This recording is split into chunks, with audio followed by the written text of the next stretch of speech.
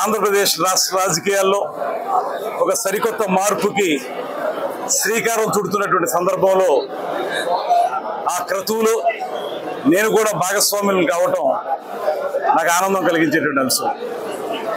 ముఖ్యంగా మా అధ్యక్షులు పవన్ కళ్యాణ్ గారు నా మీద పెట్టినటువంటి ప్రత్యేకమైనటువంటి బాధ్యత, నా మీద చూపించినటువంటి అభిమానం, అదేవిధంగా దానికి మద్దతు పలికినటువంటి ఆంధ్రప్రదేశ్ రాష్ట్ర సరికొత్త ముఖ్యమంత్రి గారు శ్రీ నారా చంద్రబాబు నాయుడు గారు, వారిద్దరికీ కూడా ప్రత్యేకమైనటువంటి ధన్యవాదాలు తెలియజేస్తా ఉన్నాను. ఒక 5 సంవత్సరాల కాలం ఈ రాష్ట్రంలో అభివృద్ధి అనేది కుంటుపడిపోయి కేవలం బటన్ నొక్కడం వరకు మాత్రమే పరిమితమై రాష్ట్రంలో అభివృద్ధి అనేటువంటిది ఏ కోసానా కనపడినటువంటి సందర్భంలో ఇవాళ ప్రజలందరూ కూడా 1000 ఆశలతోటి మా వైపు చూస్తూ ఉన్నారు. మొన్న జరిగిన ఎన్నికల్లో కూడా అంత అద్భుతమైనటువంటి మెజారిటీ రావటానికి మాకు 164 సీట్లు మాకు మ్యాండేట్ ఇవ్వడానికి ప్రధానమైన కారణం వైఎస్ఆర్ కాంగ్రెస్ పార్టీ విధి విధానాల మీద విసిగి వేసారిపోవడంతో పాటు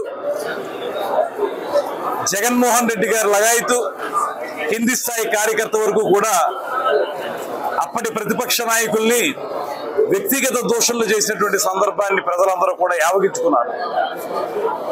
అది ప్రభుత్వ కార్యక్రమం అయినా, భారీ స్థాయిలో పెట్టినటువంటి సమావేశమైనా అక్కడ ప్రభుత్వం తాలూకు విధి విధానాలు చెప్పడం మానేసి చంద్రబాబు నాయుడు గారిని, పవన్ కళ్యాణ్ గారిని అయితే ఆయన వ్యక్తిగత జీవితం మీద పదే ఆరోపణలు చేసి, దిగజారిపోయినటువంటి ఆరోపణలు చేసి ఈ రాష్ట్రంలో వారు చూపించినటువంటి దౌర్భాగ్యపు విధానం ప్రజలందరిలోనూ కూడా చాలా అసహ్యాన్ని కలిగించింది. అందుకే వాళ్ళు నేను అనుకుంటూ ఉన్నాను, సరే ప్రభుత్వ పనితీరు అవన్నీ ఒక ఎత్తు అయితే వారి యొక్క వ్యక్తిగత దోషణలే ప్రజలు ఇష్టపడలేదు. ఈ రకమైన రాజకీయాలు కాదు మాకు కావాల్సింది. ఒక సహేతుకమైనటువంటి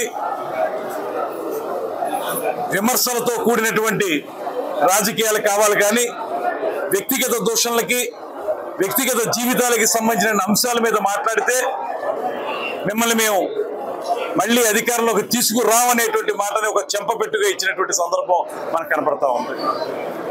ఆ సందర్భంలో మేమందరం కూడా ఇవాళ అద్భుతమైనటువంటి మెజారిటీలతోటి నెగ్గాం. వాళ్ళ ప్రజలందరూ కూడా మా వైపు చూస్తూ ఉన్నారు. మా లెజిస్లేటివ్ పార్టీ నాయకునిగా ఆయన ఎన్నుకున్న సందర్భంలో మాకు ఒక మాట చెప్పారు. ఆయన ఓటు వేయటం ద్వారా, అంత పెద్ద స్థాయిలో ఓట్లు వేయడం ద్వారా ప్రజలు మనకేం చెప్తున్నారంటే, మేము మీకు ఓటు వేస్తున్నాం, జాగ్రత్తగా బాధ్యతగా పనిచేయండి, జవాబుదారీతనంగా ఉండండి అనేటువంటి మాట చెప్తున్నారు మనకి ప్రజలు. దాన్ని మనం మనసులో పెట్టుకోవాలనేటువంటి మాట చెప్పారు. అది మేమందరం కూడా మనసులోకి తీసుకున్నాం.